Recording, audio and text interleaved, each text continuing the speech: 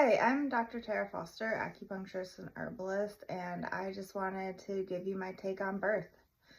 Um, when women grow a baby, they are doing a profound thing, and there's a lot of ways to prepare yourself. When women, my friends or patients are wanting to give birth, I usually like to, in a privileged world, we're able to prepare our bodies for birth. So for patients and people that I talk to, that looks like eating 5 to 7 servings of vegetables every day, making sure that you're getting sunlight every morning, and making sure you're getting enough fat and heme in your diet. When people are vegan, you can still prepare your body, but you really need to be supplementing some nutrients. Not to say that being vegan makes you not be able to give birth, because obviously lots of people who are vegan give birth.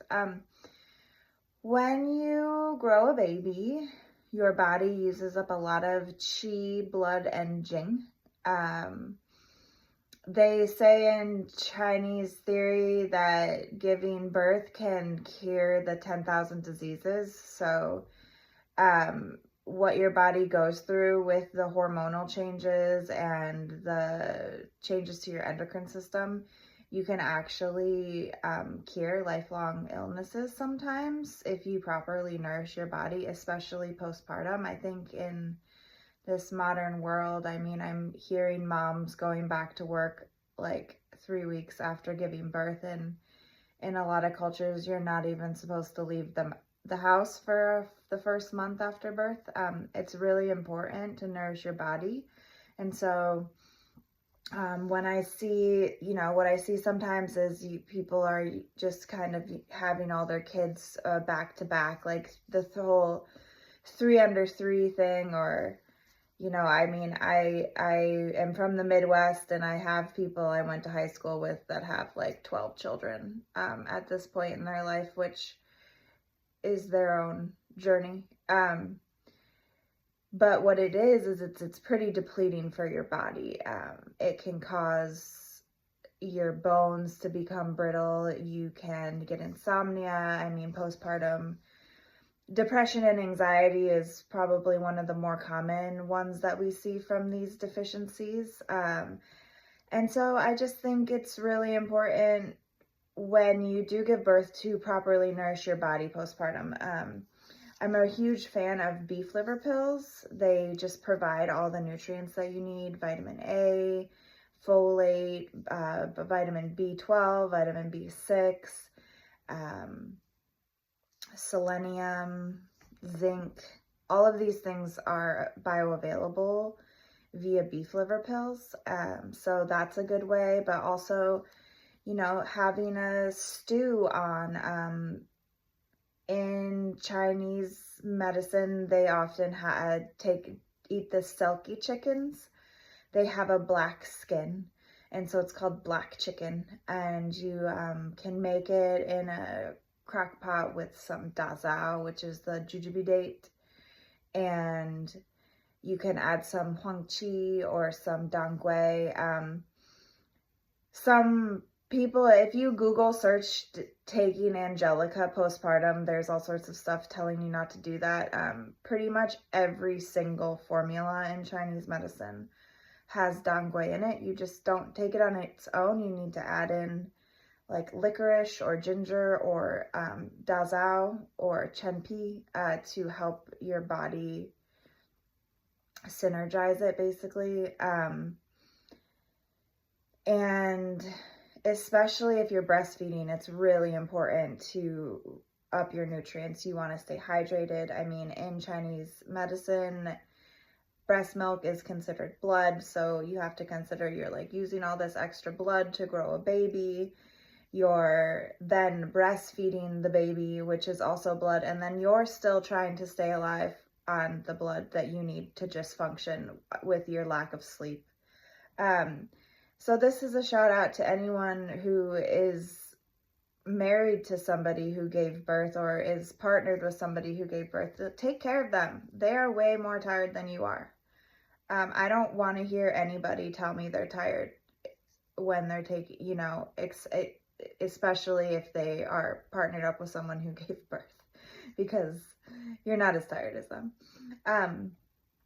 Also, I want to say that I often hear a lot of pregnant women be like, I gotta get that meat. I want to eat all this stuff. Eat the food. It's okay. You're growing a human.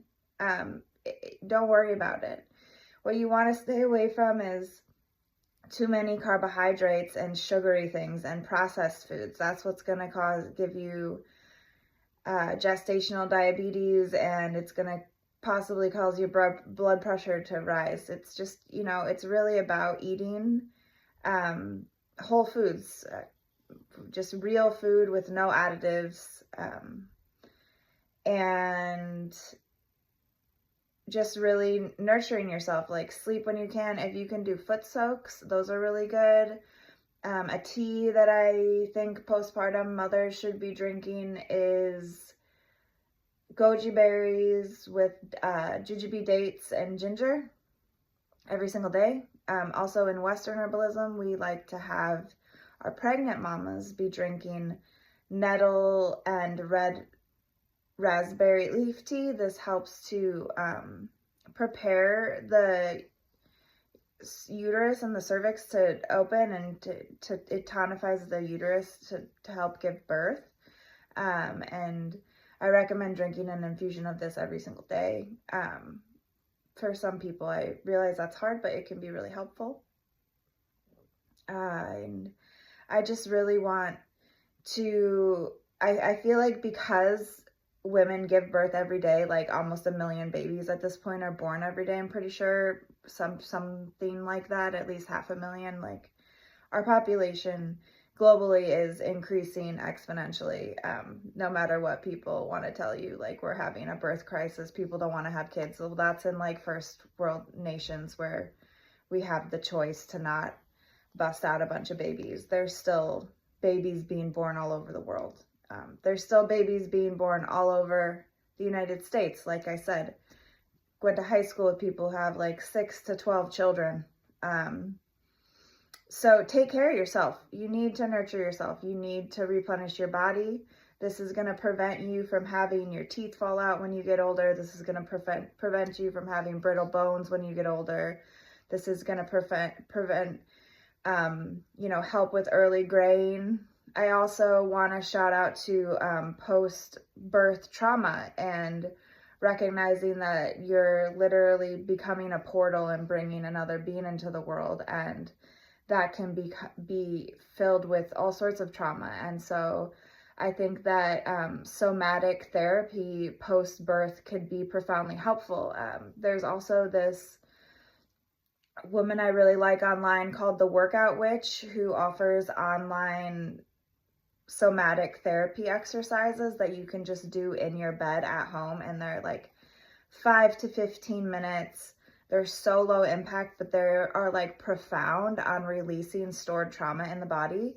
And I think that that can be something that is really important to think about postpartum that people don't really talk about very much. I really just wanted to make this video because I think that postpartum care is really not talked about enough.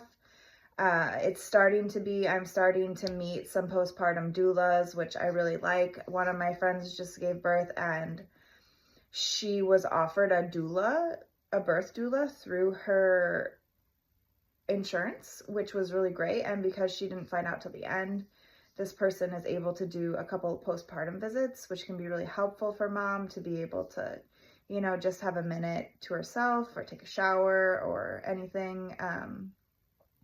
But also, if you are interested in a postpartum doula, there's a few different options of types of doulas out there. But a lot of times what they'll do is sometimes they'll bring you food. They'll cook you really nourishing foods to build your blood and help you heal from giving birth and to be able to be producing breast milk. And also sometimes they'll come and just stay overnight and take care of the baby when the baby is waking up in the middle of the night so that you can get some sleep. I feel like that's really a nice service, especially for people who have more than one child, because then they're not dealing with multiple different sleep schedules and maybe they're able to get a little bit of sleep.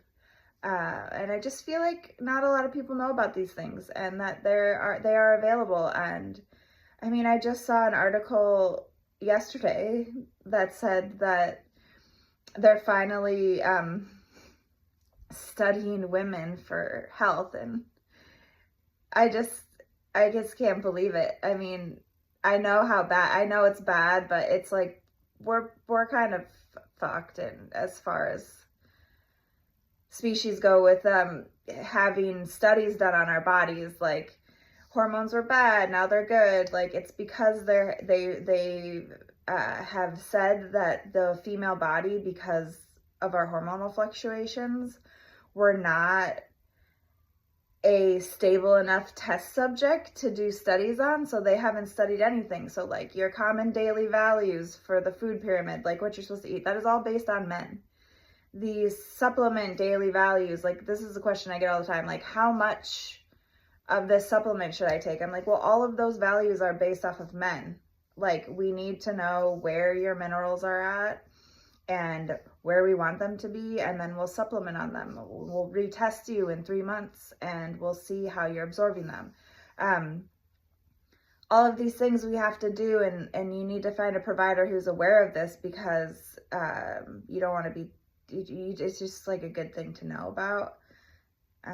And that we're kind of just out here for ourselves here as women. I do know there's a lot of female practitioners and male practitioners who are interested in this topic and are doing their best to kind of bring the information together and not have everybody be confused about the newest study that came out.